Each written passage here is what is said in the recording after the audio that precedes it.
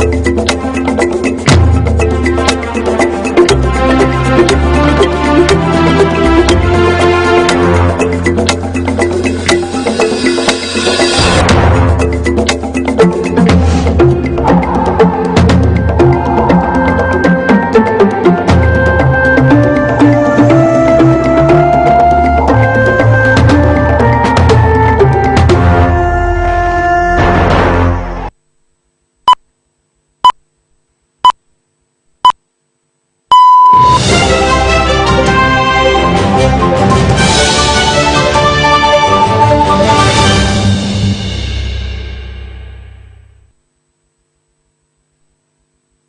a warm, or should I say cold, welcome to UBC News at 8. It is the 16th day of March 2021. Welcome. I'm Lorene Masika Kazimoto.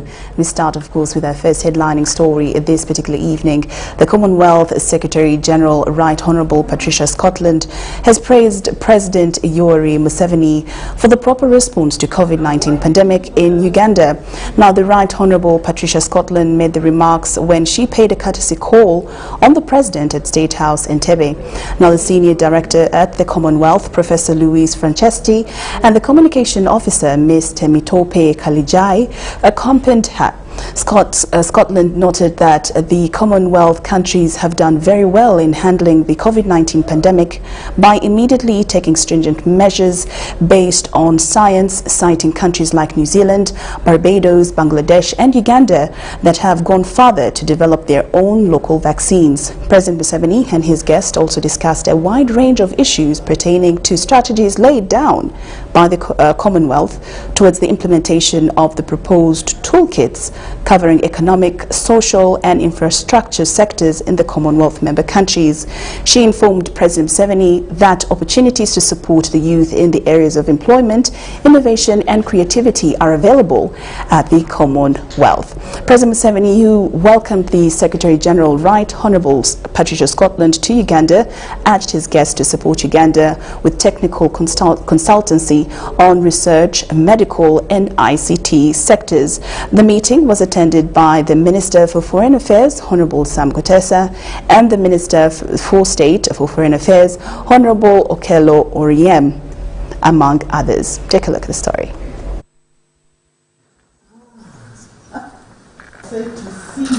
Yes. Sit down, sit down. How are you?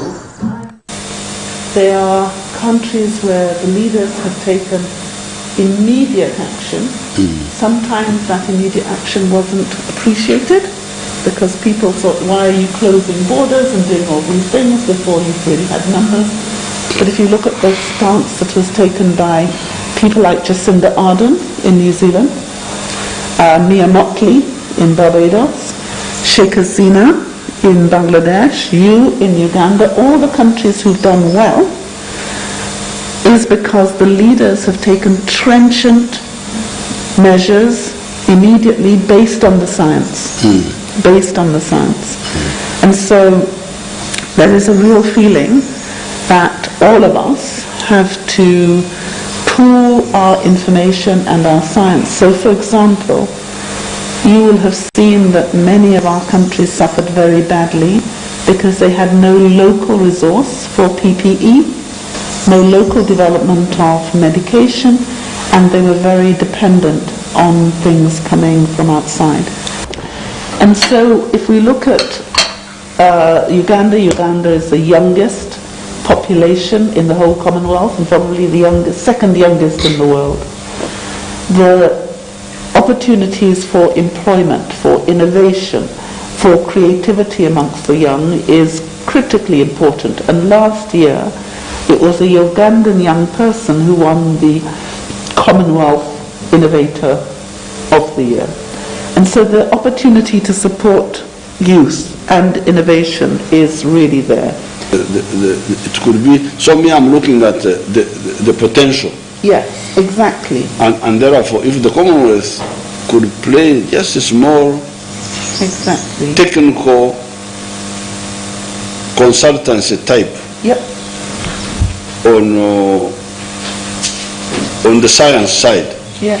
Because also the legal side is good, but more important the science side, because we already have now the African Continental Free Trade Area. Exactly.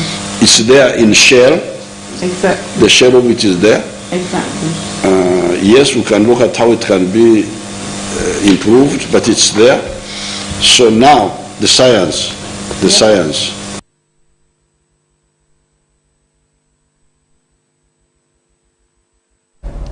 The Secretary-General of the Commonwealth, Patricia Scotland, has paid a courtesy call to the Ministry of Trade, Industry and Cooperatives.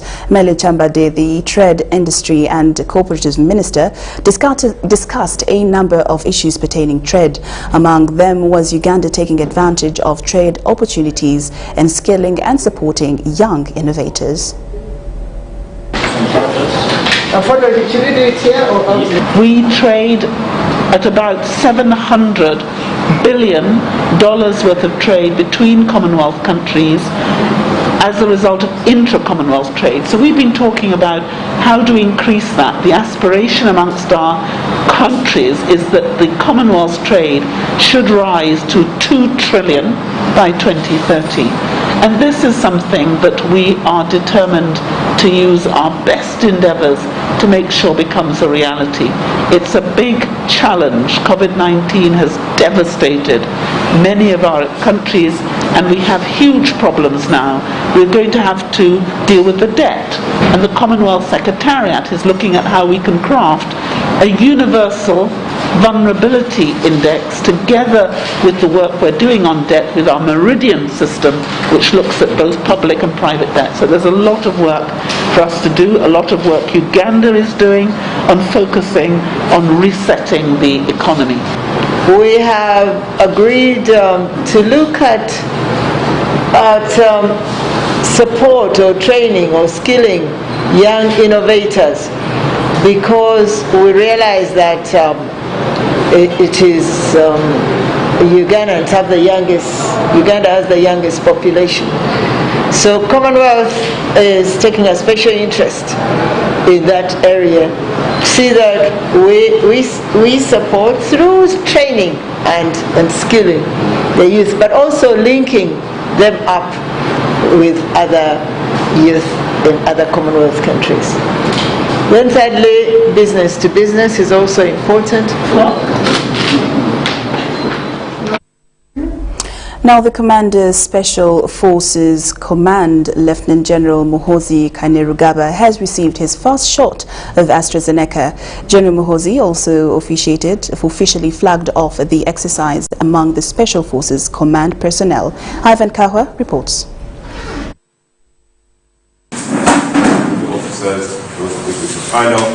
Lieutenant General Muhoozi Kainerugaba, the Commander Special Forces Command, has launched the COVID-19 vaccination campaign within the Special Forces, an elite force that protects the President. Lieutenant General Muhoozi received his first COVID-19 jab at the Special Forces Command headquarters in Entebbe.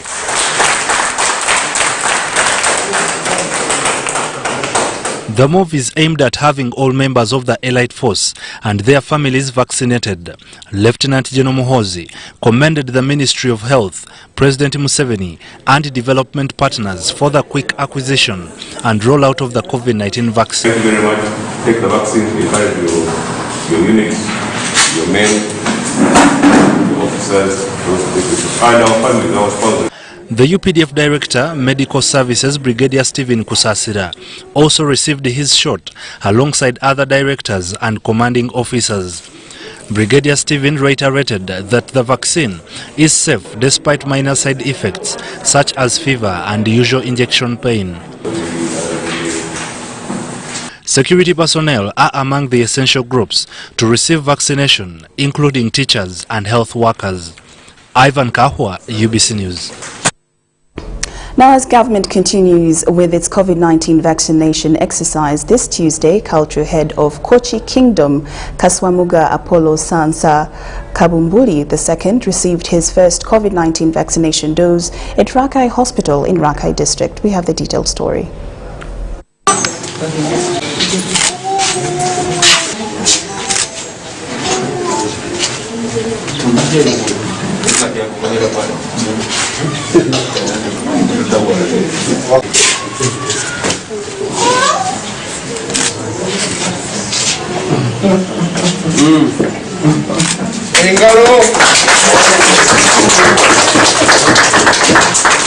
Kamswaga, together with his cabinet ministers, say the gesture to receive the COVID-19 vaccine is an exemplary move that his subjects should emulate. Nekyamukiso kya gwanjawulo okulaba nti Uganda olwaliro efunye doozi esooka. So nkubiriza abantu benna bannayuganda abakooki mugende babageme kubanga obulwadde buno nga bakutte chance eba ntono nnyo ey'okuwona. Niba bafunye omukisa bafunye doozi esooka. Awo neebaliza omukulembeze w'eggwanga olw'amaanyi gatadde mu kintu kino okulaba nti tulwanyisa olwadde. He also called upon his subjects to keep observing standard operating procedures in place in order to guard against contracting the disease. Eddagala ery'okugema abantu baffe bonna n'ekirala era mugende mu maaso okugoberera amateeka g'essawo. The principal director of Rakai Hospital, Kiza Gertrude, says as health workers they have not yet received any proof regarding side effects of AstraZeneca vaccine. And my health workers, they have participated. And I'm breaking the myth which is in the people. They say that vaccine might not be good or what and what have you. Anything has a side effect, be it aspirin, be it paracetamol, everything has its side effect. And I am urging everybody, whoever gets any side effect, to come. She thanked Kamswaga for showing up to receive the jab, which is a good example to the people of Kochi. Some of the people who have received the vaccine dose have called upon others to come and get vaccinated. Ekintu bwekimala okugezesebwa eddagala lino bukasa limala okugezesebwa ekitongole kya World Health Organization ffe tukakasa nti kiba kiwedde. So kiba kiwedde okumanya nti kikyamu oba kituufu. Ekyo ekikyamu tebakikkiriza kujja mu bantu. Kati kuno okugema bakututeekamu obusirikale bwaffe buli mu mubiri gusobole okulwanyisa obulwadde bwe tuba mikeesi ng'ofunye akawuka ako. Bruno Mubangizi, Helen Barbara for UBC News. Iganga district has this Tuesday launched the COVID-19 vaccination at Iganga Main Hospital, commonly known as Nakavule, where a number of health workers were vaccinated. As early as 8 a.m., Nangobi Tabisa, a midwife at Iganga Main Hospital, had already reached the venue where the vaccination was designated to be conducted. Because I know that there is no any effect to us to get that drugs. So now, for me, I've come to protect myself and everybody to see me. When I got the drug, there is no any effect at all. So now, everybody, I want them to come here to get the treatment for COVID-19. Before the vaccination, the beneficiaries had already been sensitized about the benefit of the vaccine. Dr. Mwanguzi David, together with a team from the district that included the COW, RDC and LC5 chairman, were the first people to be vaccinated as an example to the rest of the district officials.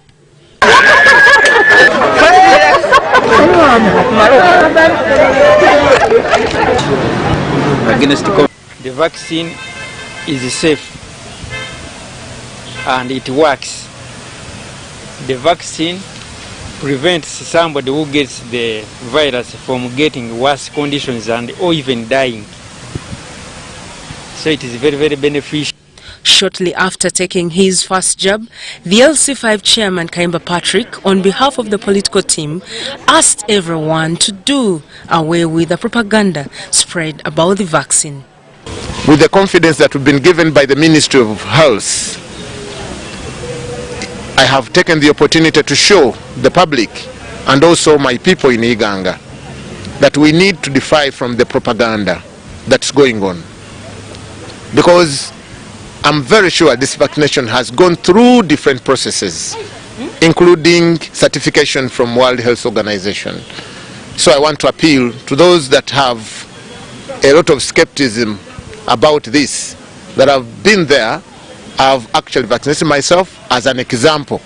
COVID-19 vaccination program in Iganga has begun with the health workers, but next in line are teachers, then security personnel, and it will climax with the general public, with the aged people of 50 years and above. That I've taken the jab, it's not painful, it's nothing, and I think it's something that everybody should take really.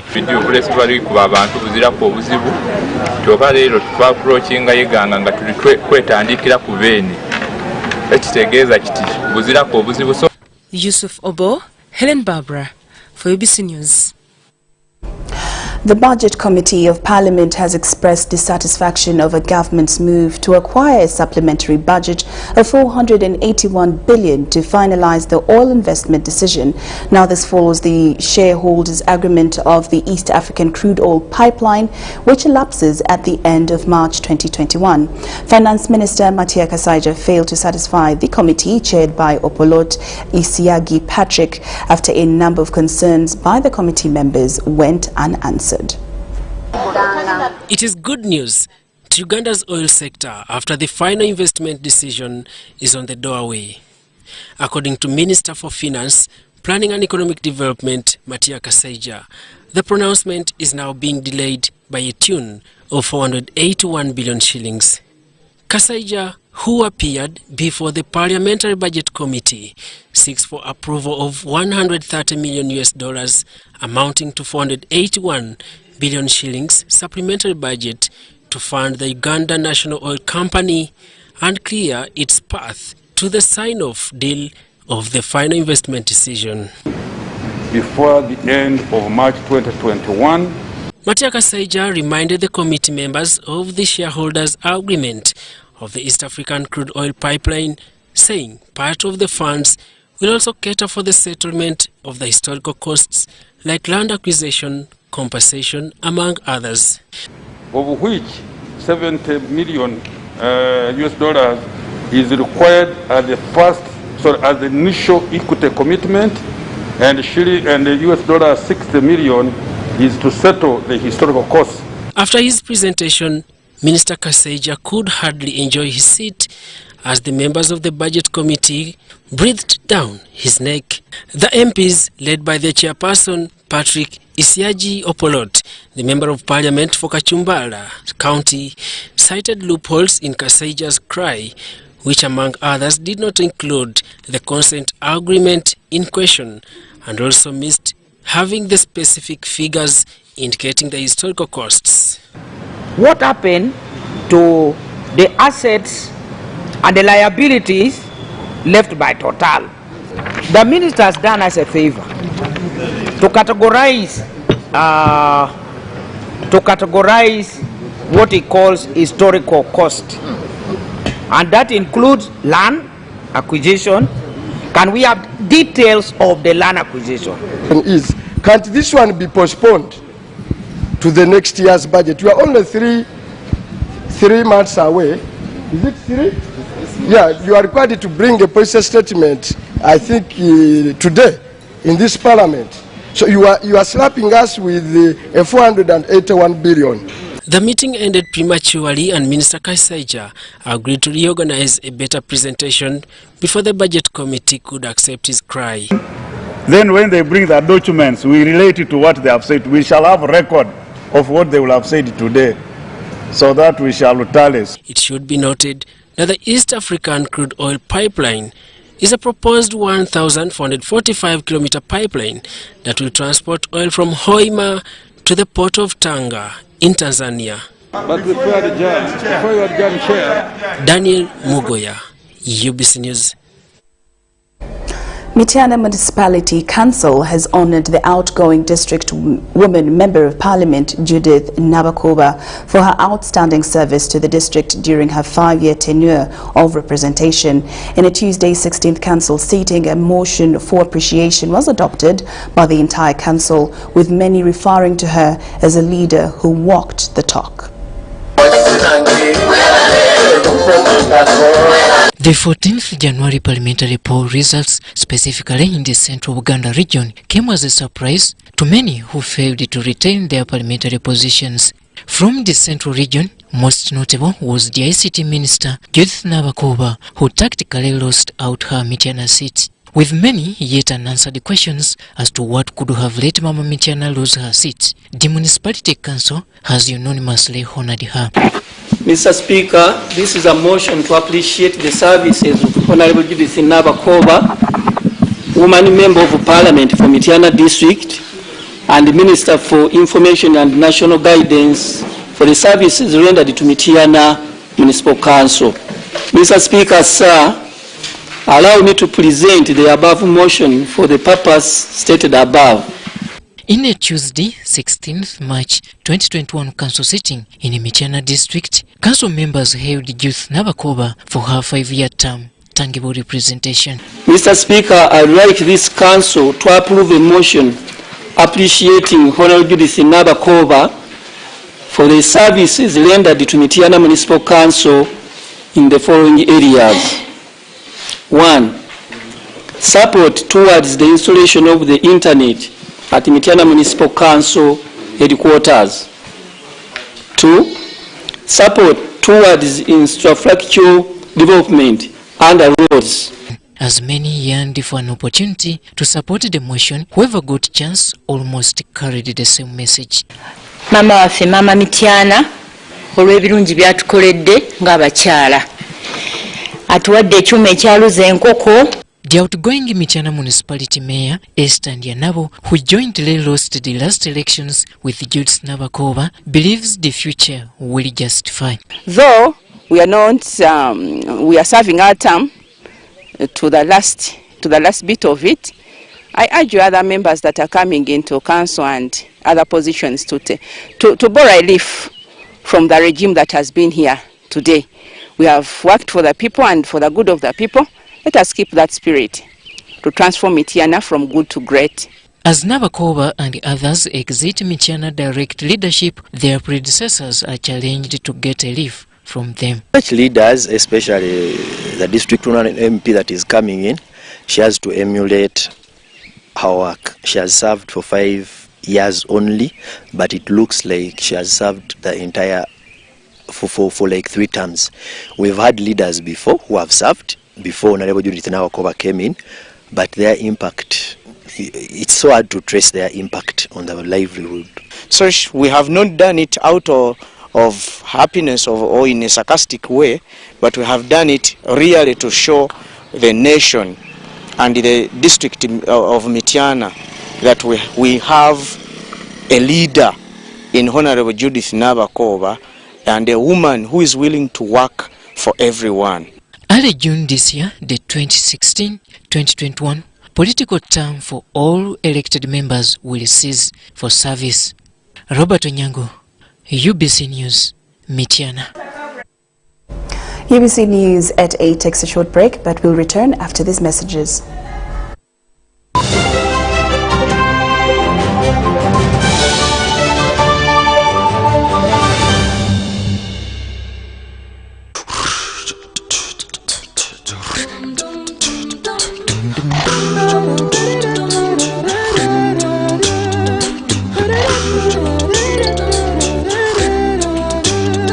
Yellow, how are you? Tell me, how do you do? We're here to show some appreciation for the things you do.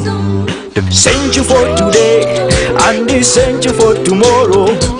Sent you for every time and everywhere you go.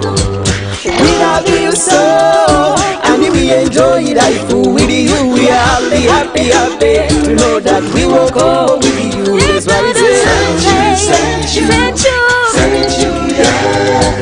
Sent you, Thank you for choosing MTN. Use MTN mobile money, bundles or other services to get Thank you points. The more you use, the more Thank you points you get. We look forward to many more years together. Thank you.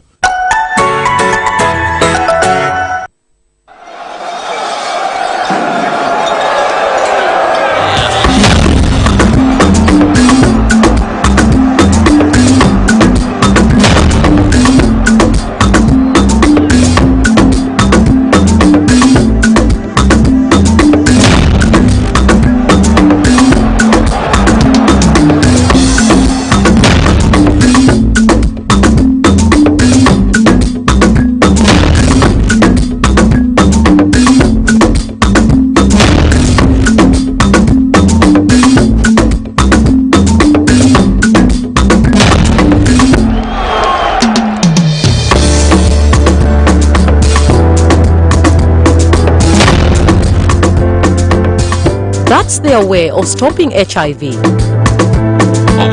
What about you?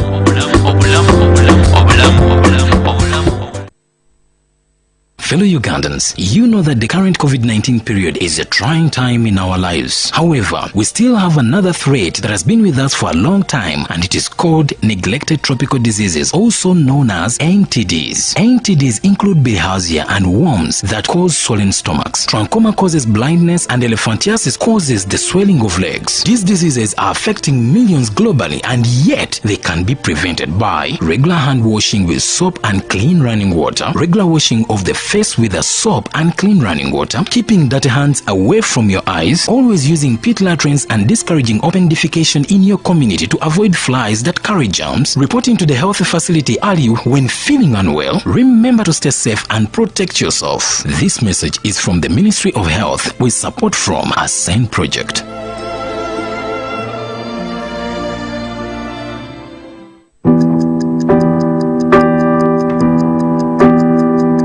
In chess, the small one can become the big one. It's the same here. And here too. Watch every move. Record every number so you can plan better.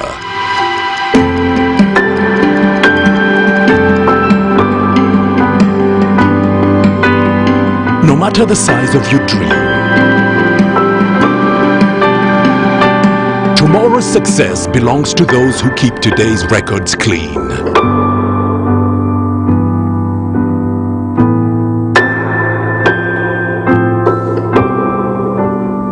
File your returns today. Uganda Revenue Authority, developing Uganda together. The government of Uganda prioritized use of mosquito nets as one of the strategies to protect Ugandans against malaria. Under the ongoing mosquito net distribution campaign, residents in the following districts will receive mosquito nets between 20th March to 24th March 2021. Buyikwe, Buyende, Iganga, Jinja, Kagadi, Kaliro, Kayunga, Chibale, Chegegwa, Mayuge, Mukono, and Uka. Please register and receive your mosquito net from the VHTs when they come to your home. All households will get at least a mosquito net. Chase malaria out of your home. Sleep under a mosquito net every night. This message is brought to you by the Ministry of Health. Today tastes like a new tradition, like an old favorite. Tastes like all hands on deck and all eyes on the prize. Today tastes like a piece of the action, and it never tasted this good.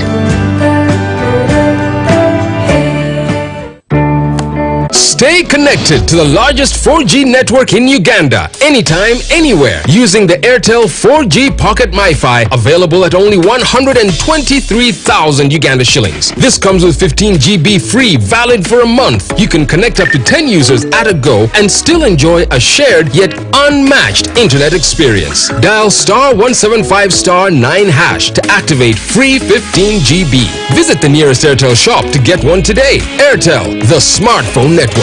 Airtel is regulated by the Uganda Communications Commission.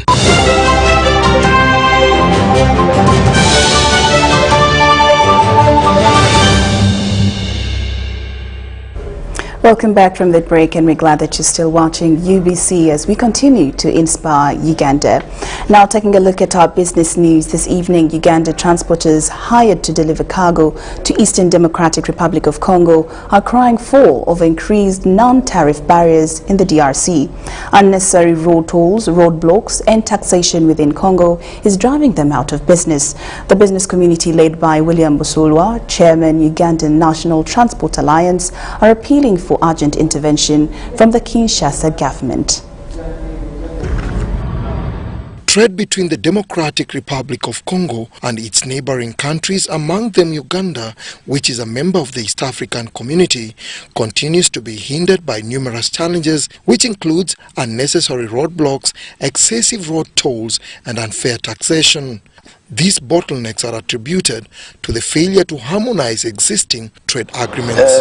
DRC, it seems like the way they are doing their things, it is different in other partner states. And remember, we signed the transport agreement for mutual recognition. Whatever they do, whatever they treat you in Nairobi, it's the same you have to treat the transporter in DRC. For Semfuka Jaffa, a transporter, the road tolls, quality of infrastructure and lengthy truck turnaround time minimizes profit and hence affecting his business growth. Yeah, they tell you Kisangani truck should pay $2,000 at the border. Let it be like that. You pay at once, the truck go to Kisangani. But this issue of paying in Beni, Abakubi, everywhere, payment without proper, they tell you because they are using French. Sometimes we pay twice. Sometimes drivers are complaining. When you get at a clearing agent, you pay this. No, that paper you had it. It's in French. We paid it at the border. Those are challenges we are getting. Stakeholders in Uganda's transport sector are appealing to the Kinshasa government to streamline its tariffs in order to enhance regional trade along the northern and the central corridor roads. Like it happens in Uganda, in Kenya, in Tanzania, we have got specific places where you pay these road tolls. They are designated, they are also gazetted by the responsible governments. I think DRC should borrow a reef from Uganda, borrow a reef from Tanzania, borrow a reef from Rwanda, so that they have particular places that are recommended to collect government tolls. Traders are willing definitely to pay reasonable government tolls. African countries have acceded to various regional trade agreements, including the African Continental Free Trade Agreement, with objectives of encouraging economic growth and reducing trade barriers. So there is still a problem in there. Countries are sovereign. Countries cannot, and in integration you give and take. Key cost drivers of regional trade include road condition, distance, levies and charges, safety and security, regional policy, political stability, and non-tariff barriers. Dennis Igoa for UBC News. Well, UBC News at 8 has come to an end, but do join me for the 10 o'clock bulletin, UBC News Tonight. See you then. I'm Lorraine Masika Kazimoto.